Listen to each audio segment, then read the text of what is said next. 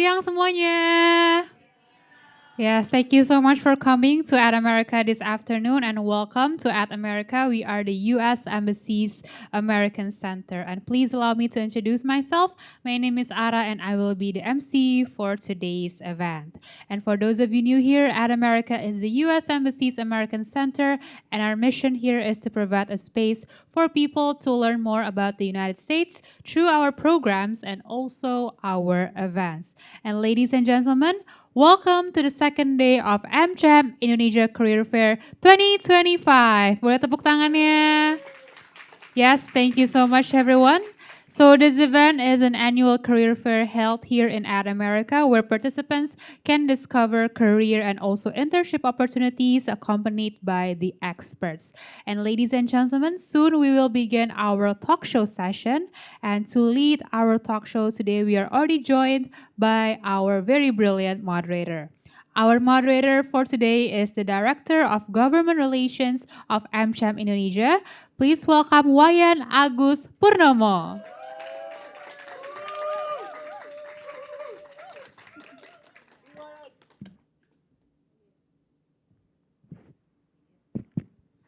Thank you, Ara. Thank you. Selamat siang semuanya. Good afternoon.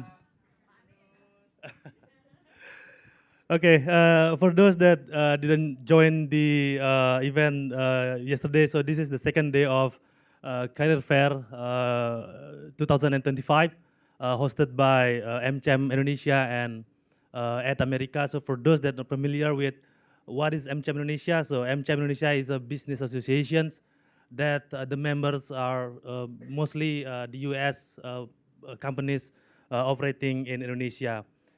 And yesterday, we invited speakers from some the U.S. Companies, from ExxonMobil Indonesia, and then from FedEx and from Caterpillar. And yesterday they discussed about the career progressions, their journey from the beginning of their career to reach the top positions of their company. But today, we will be quite technical. So we have excellent speaker, experienced speakers from HR department.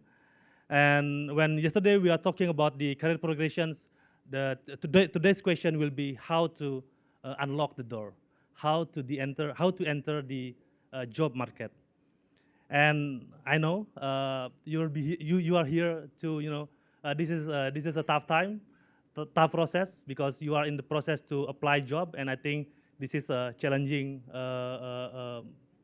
phase, because you will face a non-technical aspect like how to cope with rejection, how to cope with failure, and maybe you will compete with artificial intelligence, or maybe you compete with ordal, or you are lucky enough if you have paman. Oh no, I need to stop. Okay, today's session we will discuss about hiring process, how to create a CV, how to create a cover letter, and then how to make your CV stand out compared than your competitor, and during the interview how to be more confident and convincing in front of your recruiter. And as I mentioned, we have two outstanding speakers.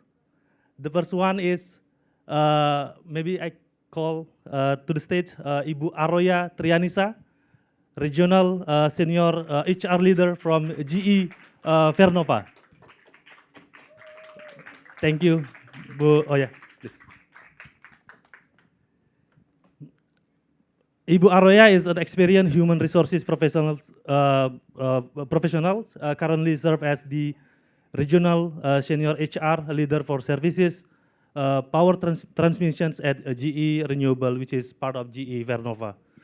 She possesses a strong background, various HR functions, including recruitment, organizational development, industrial relations, training developments, compensations and benefits, and with excellent experience at multinational companies such as Halliburton and Coca-Cola Bottlings Indonesia.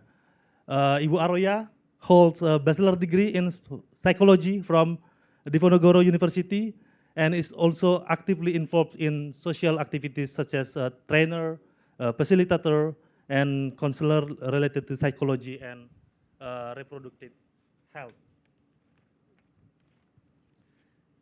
Sorry, contekannya banyak. The second speaker will be Ibu Alisa Sulislo. Please welcome Bu Alisa, Head of Government Engagement for Southeast Asia, Visa. Ibu Alisa served as the Head of Government Engagement for the regions, covering Indonesia, Philippines, Vietnam, Myanmar, and Cambodia. Before taking the regional roles, Alisa served as the Head of Government Engagement for Indonesia. But before Visa, she was the Deputy Managing Director at Government Affairs Specialized Consulting Firm, Bauer Group Asia. And in this role, she headed operation, strategy, overall management for BGA, largest offices outside its headquarters in Washington, D.C. Before BGA period, she led investor relations and corporate communication departments at a national shipping company. In 2021, Ibu Alisa was selected as Indo-Pacific Fellow at the University of Western Australia, where she focused on the impacts Indonesia foreign policy on the regions. She holds a Master Management from Venus Business School and Bachelor of Arts from Monash University, Melbourne. She also undertook executive education at NCEAT Business School, Singapore. Impressive. So, thank you for coming to the second day of career fair. So I think I would like to start with basic questions for those of the speaker. The first one is, what are the key qualities or skill that make a candidate stand out in a job market? And the second one is, I believe as a HR manager, part of HR department, when there is a recruitment process, you receive ton of CVs, right? And the question is how to make your CV to be more attractive and interested for the recruiters, and how you select thousands of CVs and which part of the CVs that you usually looking at first. Please, Bu Aya. Okay. Okay. Hello all. Good afternoon. Thank you very much for coming, and thank you for American Chambers and all the teams for inviting both of us today. So it's really an honor to be here with the rest of you guys. And I'm actually quite nervous. And I think the topic probably quite different from the previous deck that I read. But anyway, because it's a daily life in HR, handling with CV. So I will try my best to give some information to the participants here. So hopefully it's going to be a big help for all of you. So maybe to put it short, yes, if you happen to know or probably you read, if we're talking about CV, actually CV is extremely important. It's the very first important thing, even before you probably like practice like the interview, for example, or probably if there's any other stages throughout the recruitment, let's say it's a presentation or maybe other kind of method of selection. But why CV is extremely important because it may differ between one companies and the other, but it could be the HR could be only take or if we're talking about the comparison, probably only like 2% until 5% between all the CV that we receive. Then after that we call out either for a task or probably for interview, depending on the process in the company. So in some companies, if you are, let's say, if you are applying for, if you ever heard like graduate trainee, management trainee kind of positions, or in other company, maybe it's being called like leadership program. So the percentage is even smaller. It could be like 1% or even not reaching 1%. So that is why the CV is actually very crucial and very important. One of the things that currently maybe you also heard from other people from what you read or from what you heard, that in today's life, there are some companies that already implement the AI to be able to filter the CV. So One of the things that I would like to share and suggest to the participants here, probably some of you are fresh grade, and some of you probably are have like 1, 2 experience of years of working and try to find another opportunity. It's actually to make sure uh, if you ever heard the ATS kind of CV, and there's like some other kind of CV maybe being called like Canva type. So we will recommend the ATS because it's easily read by the AI. And actually, even though the company is not yet investing in AI to do the filtering of the CV, but recruiter also like more to read the ATS format because it's easier for us to spot on the kind of information that we're looking for on a candidate.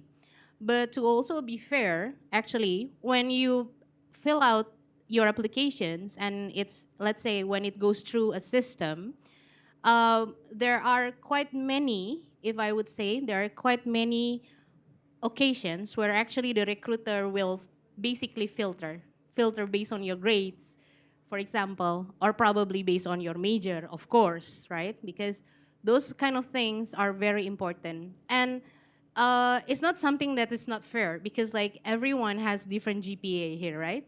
Maybe some of you are extremely excellent, maybe some of you are just so-so, or maybe not so good. But that's the fact of the job. I mean, I'm sorry, I mean like finding a job because of course, we're going to look for the most match. Basically, from my personal experience and also the team in HR, we're looking always for the most match candidate. But the basic minimum requirement has to be there. It has to be correct. Then, throughout the interview and whatever other stages of recruitment, then we will get to know more about the candidate. So that's maybe a little bit, Mas Wayan, about the CV and how it is so much important. And basically, this is suggested. It's not a must, but it's suggested that you customize your CV at every time you apply between one company and another company, and you highlight the things that you think it's going to be important for that particular company and particular position. So don't send the same CV to hundreds of companies. So do your research first, understand the job also. And you know, sometimes as a recruiter, or this is not about CV, but sometimes we feel a little bit sad when we call the candidate which we are already interested, and then the candidate says things like, yeah, but I cannot remember which position is this, you know. I mean, like, you have to have your notes. So don't let us down because, like, we who work in that particular company, even though whether it's small or large, we always will feel want you to feel attractive with us. So be sure to have your notes where you are applying. So at least, like, you know, okay, to G Fernova, maybe I apply to as a designer engineer, for example, and then you apply to Visa, for example, as I don't know, like a communication officer or whatever. So please keep your notes. So that's one of the tips actually outside of the CV itself. Thank you. Thank you, Mbak Oya. I move to Bu Alicia. You're coming from the specific industries, payment systems. So again, with the basic questions, what are the qualities or skills that when you are reviewing a CV, what the key element that you are pay attention at? Thanks for the question, Mas Wayan. So if Mbak Oya was talking about it from an HR more general perspective, I guess I'm coming at it from a user's perspective, right? So candidates who come to me are usually after being screened by Mbak Oya and our AI machines and whatever. So the ideal traits in a candidate, again, maybe to give a bit of context, right? Government affairs, yeah, government affairs our government engagement, what it's called at Visa, is actually quite a nascent, I would say, profession. It's, I mean, compared to HR or legal or marketing or sales that's been around since the dawn of corporate time, government affairs is a function that's quite newly defined, right? So there's no set qualities or traits or set like university majors that we're only looking at and stuff like that. It's a combination of a lot of things. So it's not quite legal, it's not quite compliance, it's not quite risk. It's a combination of a different set of skills. But to answer specifically to your question about ideal traits, I think there are some traits that should cut across should cut across a candidate from any background. First of all, back to Mbaoya's point, just being extremely prepared for any interview that you go into. So the first question that I usually ask a candidate, and again, bear in mind this is for a role as government affairs, right? It's not necessarily the business side of the house. But I always ask them, do you know how Visa makes money? Do you know how Visa as a company makes money? And if they have some sort of answer to that question, I know that they've done some research, because we're not like a Coca-Cola or other like consumer-facing companies, right? That it's quite straightforward. Like, oh yeah, I sell Coca-Cola, I get money, right? Visa is you need to do a bit of research to understand like how a company like Visa makes money. So once I get a sense of how much curiosity a candidate exhibits, I think that's also a huge plus point. I understand, obviously, not everybody comes into an interview for an extremely experienced role, right? Some are fresh graduates, so they don't have a lot of experience to talk about, right? But again, I think just showing the qualities of what you think you'll bring to any company or any job that you're applying for, I think is extremely important. So, just saying that I'm extremely eager to learn, um, sharing examples of how you overcame a very short learning curve on a topic or whatever, right? I think that's also extremely important. Showing that you're organized by knowing your notes, like which hundreds of companies you applied to and what this job means to you, stuff like that. So I think maybe to sum up, just being prepared, a really deep level of curiosity is something I look out for. Somebody who's extremely organized, and just somebody who I won't say passionate, like who's really passionate about a company, right? But apa ya, kayak niat gitu loh. So that's how I probably would put it. Yeah. Thank you, Mbak Alicia. Maybe I will back to Mbak Oya, because yesterday I was part of the team to do a CV interview, and there is a basic knowledge that they don't understand about the recruitment process. So as mentioned by Mbak Alisa, there is a users, there is an HR department. Maybe I will ask to Mbak Oya, is there what is the things that differentiate between the selection process within the HR department and the users? How the candidates should navigate these two different stages? Okay, so thanks so much for the question. Basically, the HR department is there supposedly to support the company to really filter out and support the business, whatever business it is, whether it's financing or products, to be able to give the user, in this case, Malaysia or whichever user that I'm work for, the most match candidate. And in most of the cases, I would say that between one company and another may vary, but in the beginning of the selections, it will be mostly the HR, commonly. But it could be different, right? If it is like a small company, sometimes even the user can contact you directly or search you directly through LinkedIn, for example. So it could something also happen. But in most of the cases, HR will be there to contact you, to ask you to join, let's say, a task, or let's say either an interview with the HR itself. And basically, we want to understand whether you are like basically a match, probably from your major and then from other requirements. If the position needs a specific language, for example, that you have to be able to, or let's say a specific skill, at least like a design in something. So those are the things that as HR, we really need to ensure that when we give this, let's say, 4 or 5 candidate for, let's say, 2 positions that Malaysia is looking for, but these 4 or 5 supposed to be the closest one. But then again, of course, the one who will actually really understand whether you're going to be like a fit in or not, it's going to be commonly the user. And one company could be different with the other company because there are companies where the user make decision by himself or herself. And there are other kind of companies where the decision is being made or taken together between the user and HR. And there's no actually right or wrong. It's just like how the company actually decided that how or who going to make the decision.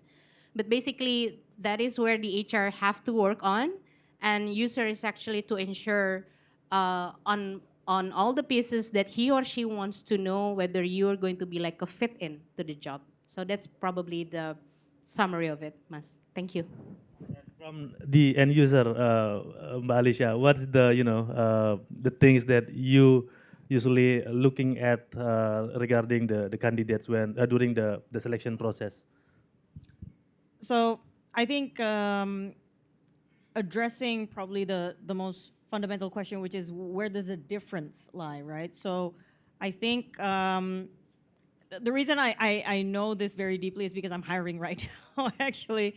And so I'm going through this process. But HR, at least from my experience, right, would typically talk about or seek out information like whether your current compensation is in line with what we're seeking. What are your motivations to join a certain company, and whether that's in line with what the company is also looking for and stuff like that. But from a user perspective, I think number one is please, please, please, please read the job description. Uh, the job descriptions usually are very deliberately written in a way to be able to filter um, the most relevant candidates, right? And so if you come in an interview and say that I read the job description, I saw that you're looking for a candidate with one, two, three qualities, and I think I can deliver because of A, B, C, D, I think you're already ahead of the pack, to be honest, because that is also sort of a tangible way to show that you're prepared, right? So just to give you a flavor, I know different companies would have uh, different lengths of interview and frequency of interview durations, right? But for the position I'm hiring, for example, it's going to be HR first, and then it's going to go to the user, myself, and then a panel interview with other cross-functional leads, and then you go to the country manager, who's sort of the president director, and then you go to a case study, and then you go to the Asia Pacific head. So it's, this is to give a sense of, again, this is obviously not the same for all positions, right? This is quite a senior position, but I want to give you a sense of how consistency is also going to be very much scrutinized during the process. So if you were a candidate that was progressed because of how well you did in the first interview, keep remembering what got you through that first interview, because that consistency is going to be, we all take notes, right, after each interview, which is being shared with the next sort of person who's going to be interviewing you in the next step. And so if that consistency is not maintained, and they go back to the notes saying, oh, this person said, this candidate was so and so, I didn't see that reflected in this phase of the interview, it's going to be sort of a markdown, right, for that candidate. And so I think consistency is also very much key. Yeah. Thank you, Mbak Lisa. So I'm not trying to dominate the conversation, but I think I have still have two questions for the panelists before we throw out to the participants. So I can see that a lot of participants today is a fresh graduate, and the lack of experience in terms of working experience. How usually the candidates manage these the situations, Mbak Oya, when they lack of experience? What the things that they need to fill in the CV, in their CV? Yeah.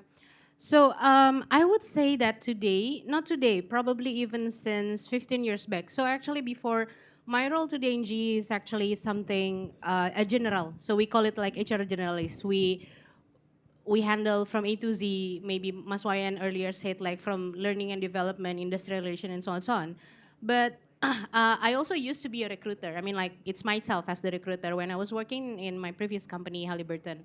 So actually, since even like 15 years back, but please don't still guess my age. I become sounded old when I have to say those kind of experience. But even from 15 years back, I think a lot of fresh graduate actually already knows what to fill in. But just allow me to reiterate again. But your organization of experience, and it's going to be very important. And some of the students probably even 10 years back already fill in like if you have your TOEFL score, if you have your IELTS score, because it's actually for HR is going to be giving us like a few like okay, so this one scored this at this level. And the other thing is actually um, the other experience, which is today it's extremely important, and I strongly suggest whatever company it is, but as much as possible, it's going to be closer to your major or your dream kind of position. It's an internship, actually. So it's really good for you to have internship, and don't think too big or too difficult. Like, let's say, like pointing like some big companies. It doesn't have to be always like that. But what matters is actually what you did throughout the internship, and you can write in your CV. Let's say you work in company. Sorry, I mean like you have an intern in company A, and then these are the highlights that you do. And don't write it too much. Just tell us the highlights. What did you do there? If you support any improvement, for example, or you join any project, yeah, it's gonna be also good for us to know. Of course, outside of the basic things like your education, your GPA, for example, and so on and so on. And some users actually interest also on your other activities, yeah, but it's not a must actually. It's really not a must. But you know, those interns, organization, those are the things that very important that for you to fill in, into your CV. That's my suggestion. Thank you. Maybe for Mbak Alisa, I know that you are right now leading the GR for visa at the regional level, but I believe that you have been started. I mean, you started from zero, back maybe 15 years back, right? So, and I know that uh, to reach the top positions, technical aspect, yes, but non-technical aspect is also important. Can you share a bit what is the non-technical aspect that employees should be aware at to reach the top positions other than the technical aspect? So as cheesy as this may sound, yeah, I think one of the things that got me through really low moments in my career is resilience, because it's not always going to be easy. Um, I never imagined I would be where I am today. 15 years ago, I took political science as my major for my bachelor's degree, and now I'm working for government affairs, and a profession that 15 years ago was almost unheard of, right? So it's lucky that it matched out, but I think the ability to staying resilient, obviously in very difficult situations, the ability to collaborate, I think is something that a lot of multinationals specifically look out for, because oftentimes in multinationals you're going to work for what's called matrix organizations, right? So you sort of have to work with a lot of people in the country team, but also in regional and global, right, who don't necessarily have visibility on what you do on a daily basis. So the ability to collaborate with people across cultures, across seniority levels and all that, I think is also extremely an extreme soft skill, I would say, to have. Um, what else? Yeah, just try and be nice to people, like, Yeah, because and you never yeah. know where people are gonna end up. And yeah, if Malisha and Mas Wayan, if I may add one, I would say it's humility. So you know, your brain or your skill or your confidence is maybe what makes you being invited, right? But it's your humility is the thing that will makes you keep invited. Because honestly speaking, in some of the companies that I've worked for, when we met a candidate with, you know, like very extraordinary CV, if I can say, but then the humility is not there, actually we don't really want to proceed the candidate. Yeah. And it's not only throughout the recruitment, but of course when you already start working. it's really matters a lot outside of the resilience itself, which I totally agree. Yeah. Thank you, Mbak Oya and Mbak Alicia. I think now the time to give the participants to ask questions. Anyone? In bahasa juga nggak apa-apa ya, Mas? Feel Iya. free in Bahasa, in Jawa, in Bali. Okay.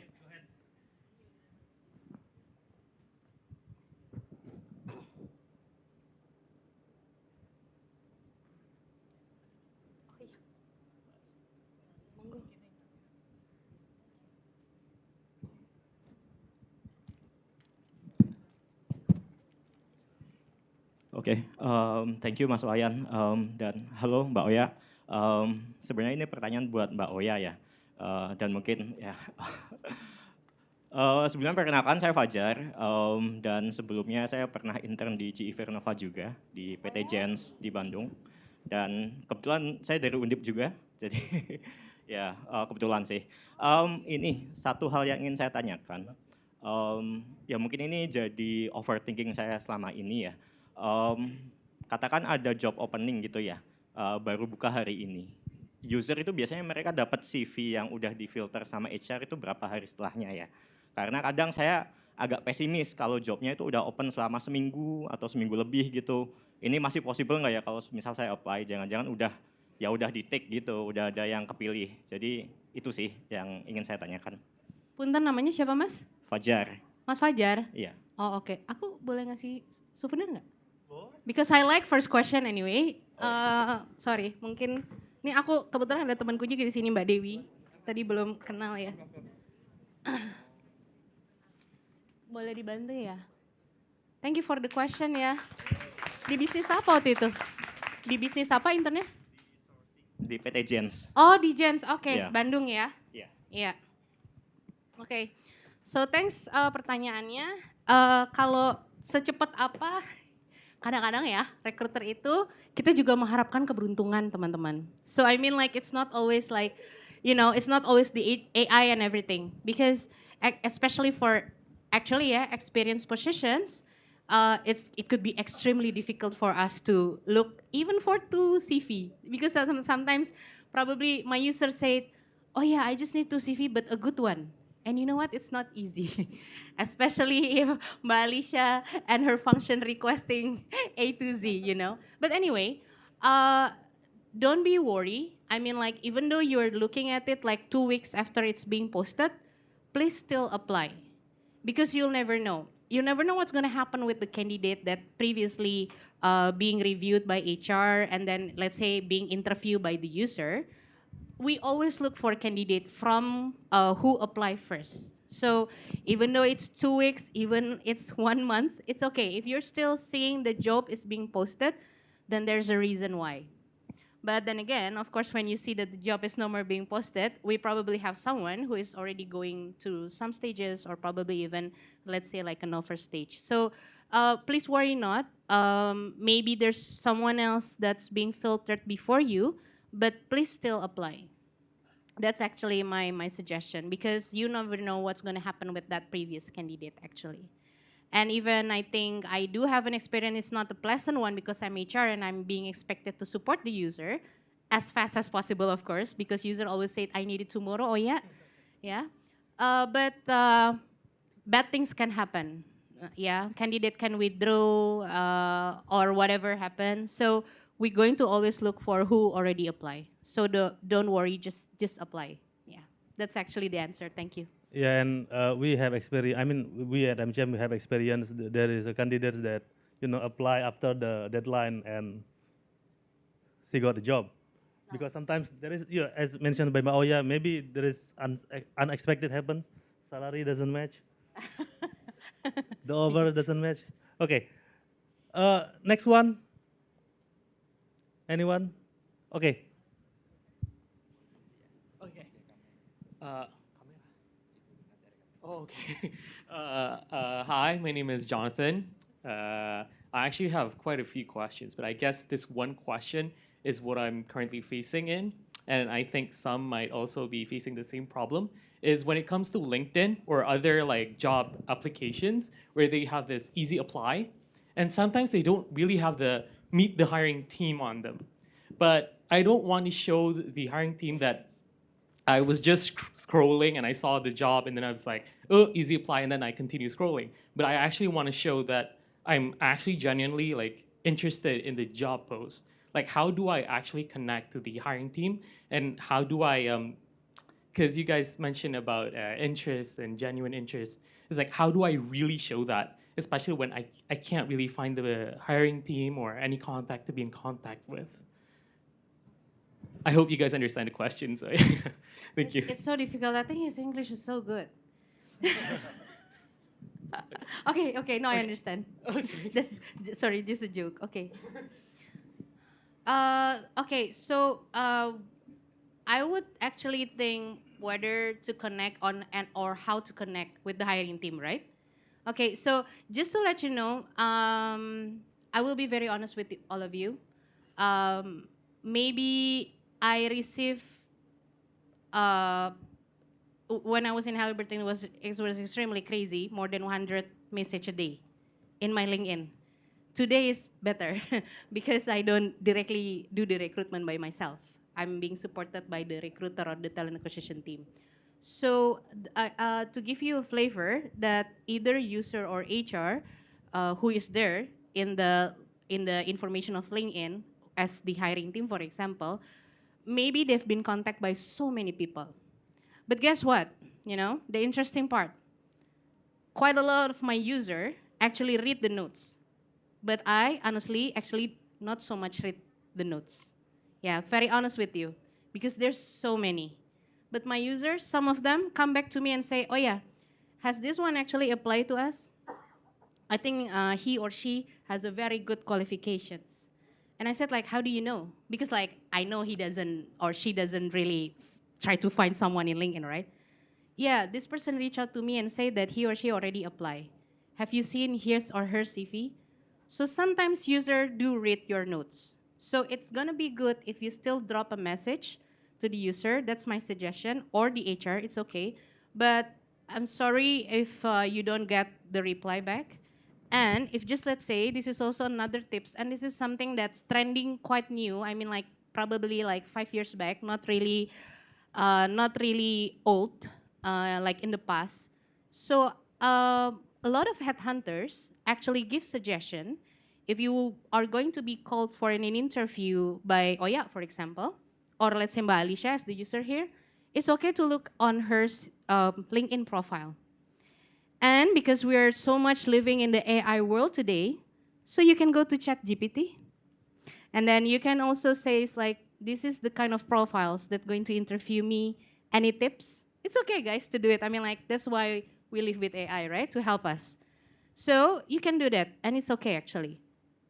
And hopefully, to some extent, maybe not always, but hopefully you can build some connections there. That's my answer, actually. I don't know, Malisha, what about you, about the LinkedIn connections, probably? Yeah. Yeah, so I can attest to that. I don't think I get as many messages as you do, but I recently posted a job opening, quite a few, and immediately it flooded my inbox, right? But my tip is actually clicking easy apply on LinkedIn actually creates a format that somehow isn't read properly by Visa's internal AI screening process. So what I would suggest is actually all these job postings that are on like Visa and stuff like that is also on our website. And so when you apply directly through our website, it's actually filtered direct, in the correct format that's relevant to Visa, for example. So try and also I know LinkedIn is sort of it aggregates all these job opportunities, right? So it's obviously very helpful, but try and go to their website, that company's website directly as well. They might post that job opening there, and it might get you a direct line actually to the recruiting team through that, as opposed to LinkedIn, right? Because there's like another layer of filtering that has to go. So that's probably my tip. Thank you, Mbak Lisa and Mbak Oya. Anyone? Okay, ladies.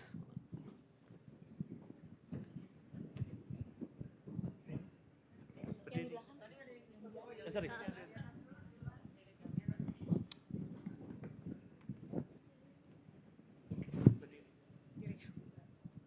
Okay. Hello, everyone. So my name is Zahra.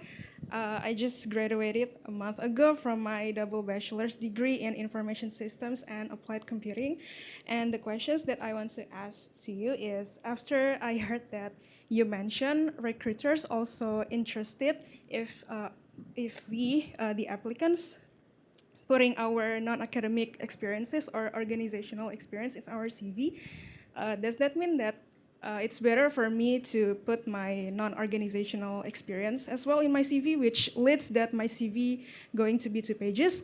Because I got a little confused with this because several of people told me that it's better for me to only make it 1 page only, which means that I don't put my non-academic or organizational experience, I just put my internship experience. So that's my questions. Thank you. Thank you, Mbak Zahra. Maybe I will take that answer first. Sorry, maybe not. This is how it's tricky because actually, if you try to browse, it's true, right? It's commonly your internship experience outside all the basic information about you. Then it's your internship experience, your organization experience. But actually, as I shared before, there are some users whom I see also like to know what are the other things that this specific candidate have different, kind of life outside. Let's say you are interested in this community or you join that community. If that's kind of the other, it's actually not non-organizational because commonly it's an organization. So it's actually okay to put. But of course, I mean, like you really have to filter what you think matters the most, right? And what you think it's going to be like the most interested for this company, for this job. I mean, like if you, because some people can be extremely active and maybe join a lot of things, but not necessarily you have to put everything. You still have to filter what you think important the most. Maybe you join one community and you are the leader there. Let's say like a teaching to the children that needs those. So it's okay. Those kind of things probably could be an example. But then again, as I shared before, it's not a must. But I see some users have those kind of interests to know this. Yeah. Hopefully that answered the question. Okay, thank you. Balisa, any Balisa, additional? mungkin? 1 pages or 1 page or 2 pages? Um, again, I apologize that I probably don't have that strong of an opinion on this. Again, because I typically don't screen a lot of fresh graduate CVs anymore, and it's typically done through HR only. But my personal preference is succinct, to keep it as succinct as possible. And so 2 pages is still okay, right? It's unless you're writing an essay, it's fine. But the one thing that I do like to see on CVs actually is the ability for you to quantify things. So if you said you did organizational work and so, maybe you say you helped apa ya lansia gitu di panti reda atau apa, how many of them, what impact you think you made there and stuff like that. So yeah, so quantification I think is also quite interesting for me. Yeah. Yeah, and I think that one is really true because just to add on the quantification, we also looking at that. So just to give you an example, if you put an organization and then you say that you're becoming the leader of committee, an art exhibition in your campus, for example, and then you can write there what's important is actually what's the value of the event. And then let's say you get like 2 3 main sponsors from this kind of this company. So that's actually part of the quantification itself because it really tell us not only like you're the leader but actually what you did there and what you achieved there. Yeah. So including like size and scope to every bullet point in your CV, I think it's super helpful to give context to the reader, right?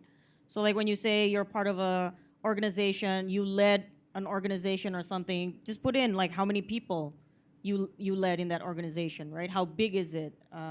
Stuff like that, yeah. Thank you. Uh, any other questions? Okay, we have four. Oh, five. Okay, I will start with the lady with blue or black jacket.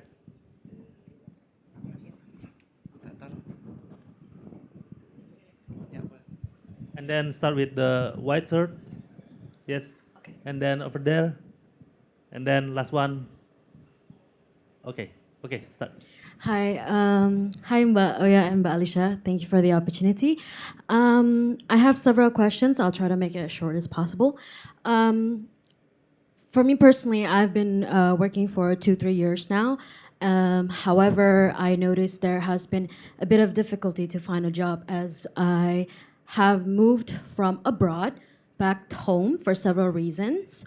And I just wanted to ask a word of advice from you both for those maybe who grew up abroad or coming back home to Indonesia, diasporas basically. I've seen this happening in a lot of diaspora communities where they kind of struggled with language barrier, let's say, or cultural barriers that we may not be able to follow through or adapt quickly in the working environment.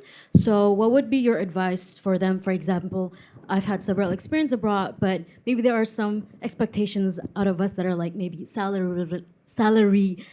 related that could be a bit, maybe a bit. How do I say, like it's a bit undermining when we come back here and we see what is being offered as expected. Do we start from the bottom, like internships, apprenticeships, let's say, or some sort of fellowship, or what would be the most strategic when it comes to someone who is settling back home from abroad, let's say? And another question would be for me is let's say if you are a jack of all trades but master of none. I actually have a similar background to Mbak Alicia. I'm from international relations, where it's very broad in general when we were learning in our bachelor's degree. So we could go into business, we could go in political, government relations. However, when I was trying to navigate which kind of career I would like to have in my life, it was very difficult to go from politics related and yet having a place where we can flourish that in terms of our major. Let's say I would see NGOs, and they usually have several months opportunities only, right? Whereas maybe we are looking for something more permanent, let's say. And so, how do we get to navigate into that? Because I'm actually very surprised that hearing from about Alicia's background in political science, you were able to have a long-term experiences in a company that you have now. And like, so how would we, let's say, where do we have to start to look into something that is government related and yet in a business that would prosper for a very long time in Indonesia? Like what kind of companies would we look into, let's say? Thank you. Thank you. I think the first question can be addressed by Mbak Oya. Second one, I think Mbak Alisa. Mbak Alicia dulu aja, Mbak. Mbak Alisa. Sorry, tadi Mbak siapa namanya? Yeah, Hana. Mbak Hana. Oke, Yeah. iya, iya. Okay. Thank you. So yeah, maybe I'll share a bit about my own experience. Just because I lived in Australia for quite a bit. I lived in Melbourne for seven years before I came back, and I did do a bit of work directly interacting with government, which was quite a big culture shock for me. A few culture shocks actually. So in addition to like interacting directly with government and how the norms are a bit different than in Australia, the salary was a culture shock for me too. But I think, look, I think at the end of the day, there is no one size fits all career advice, to be super honest.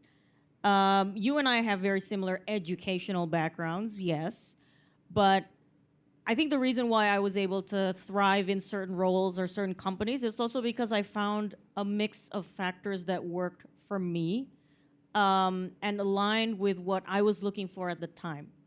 So, say that I initially wanted to join Kemlu, right, when I graduated. And then I found out like the recruitment process, and I didn't have ordal and stuff like that. And you know, it was a big reality check for me, and so I pivoted to private sector.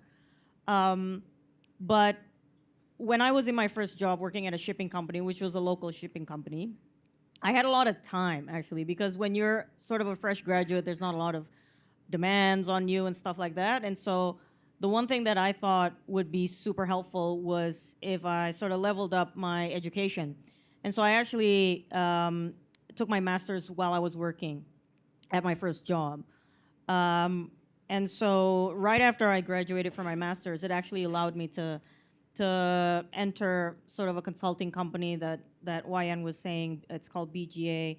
And I stayed there for almost 9 years. And that was actually a really crucial building block for my career because I found sort of a role, a company culture, a manager, and all that that sort of fit for me at that point of my career.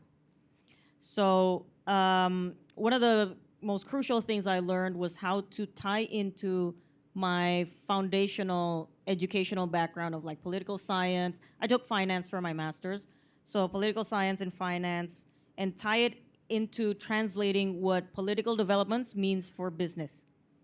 So I think that's probably something that is super helpful to learn in any role.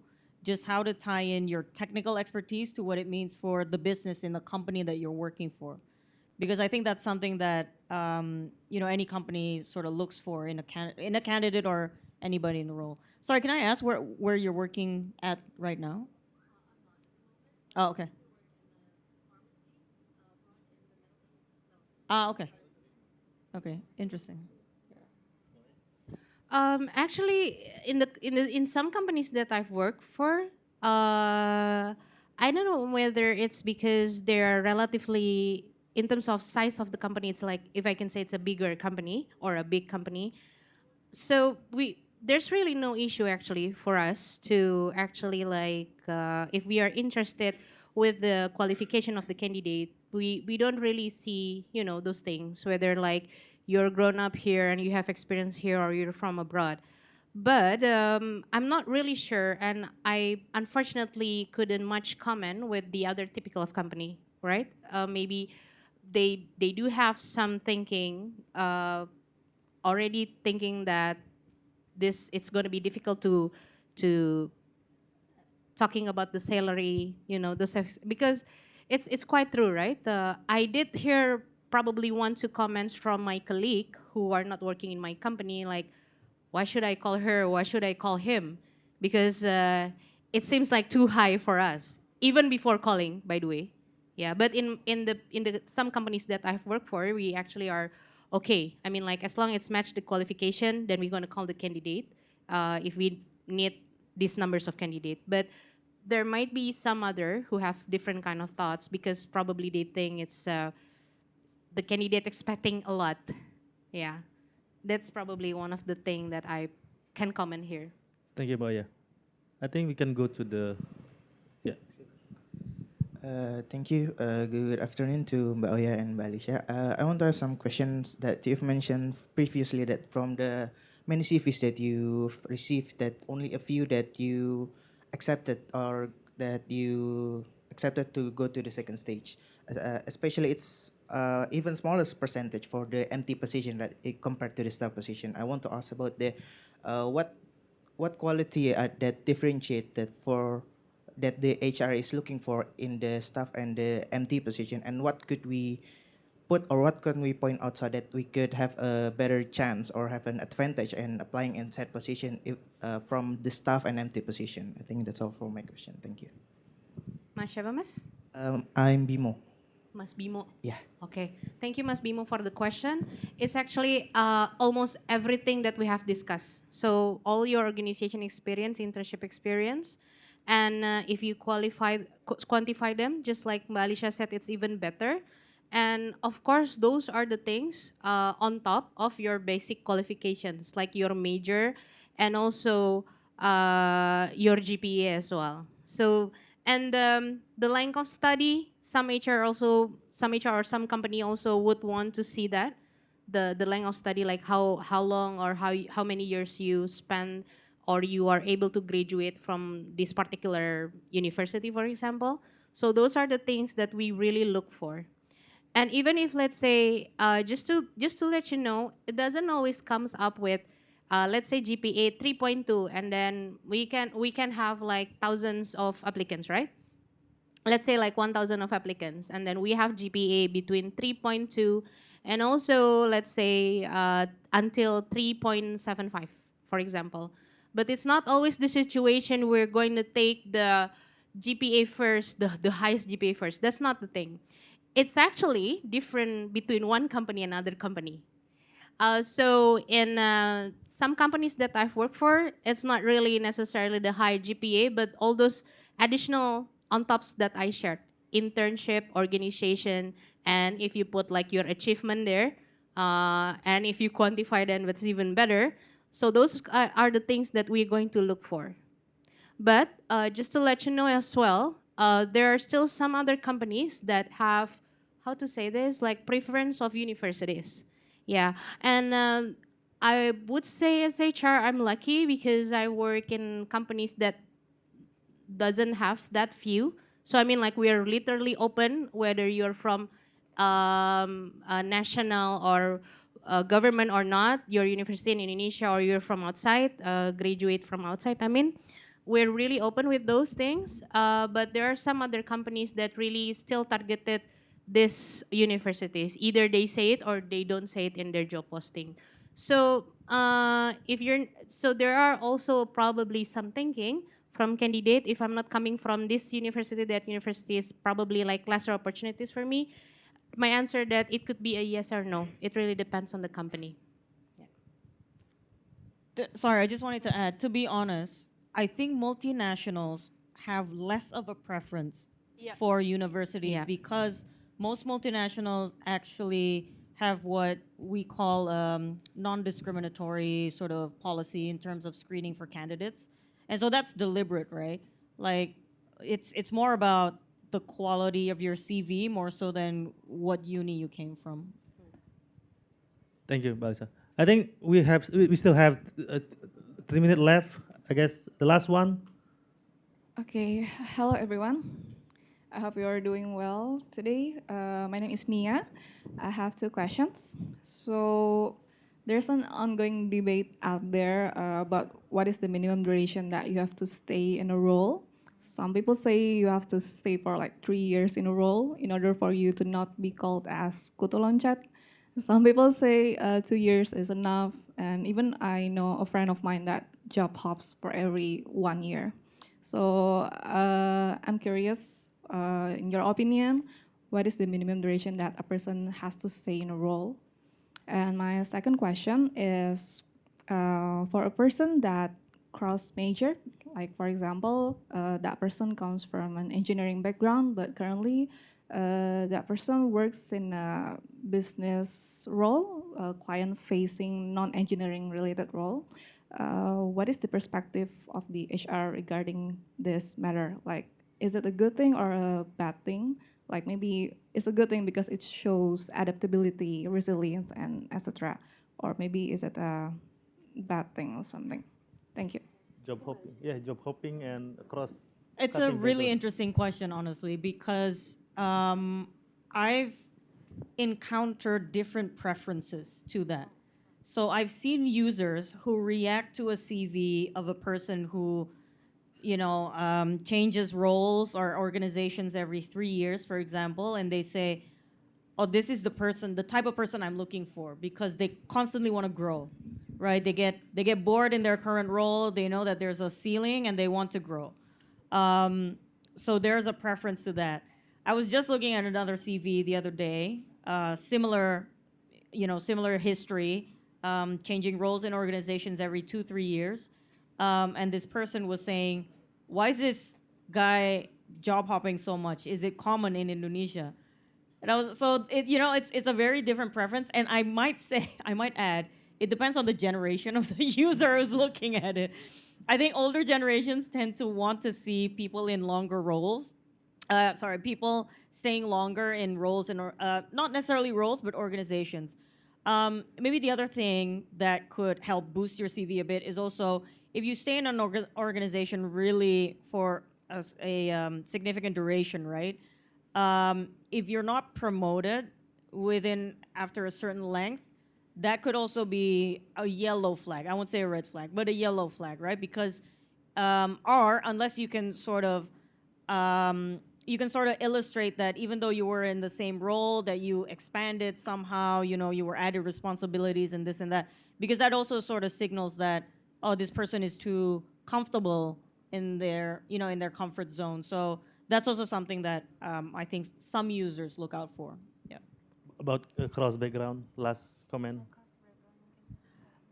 Look, I work in payments, not like the most interesting industry or anything, but a lot of people come from banking, right? In my industry, and a lot of banking people are engineers, I might say. So I think, to your point, it's not one box fits all.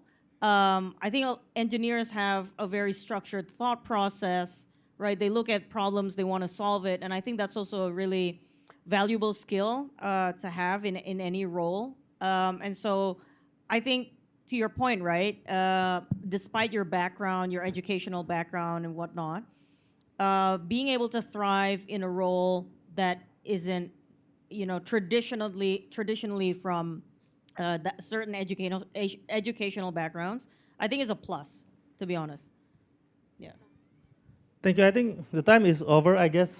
Thank you, Mbak Alisa, Mbak Oya, for the time. Big round of applause to the speakers, I think. Yeah, back to Ara. Oke, thank you so much Mas Wayan. Buat tepuk tangan sekali lagi teman-teman semua. Yes, that was our discussion session for today's event. Thank you so much to our speakers today. We had Mbak Aroya Trianisa and also Mbak Alisha Sulistyo, as well as our moderator today, Mas Wayan Agus Purnomo, for the very insightful discussion. And I hope that everyone gained a lot of insights and also knowledge from today's discussion. And if you're interested in attending more events here in America, don't forget to follow us on our social media platforms at AT America on Instagram, X, and also Facebook. And also check out our website at www.atamerica.or.id for more event updates and also informations about At America. Once again, thank you so much for attending our event today, everyone, and see you at the next At America event. Thank you, everyone.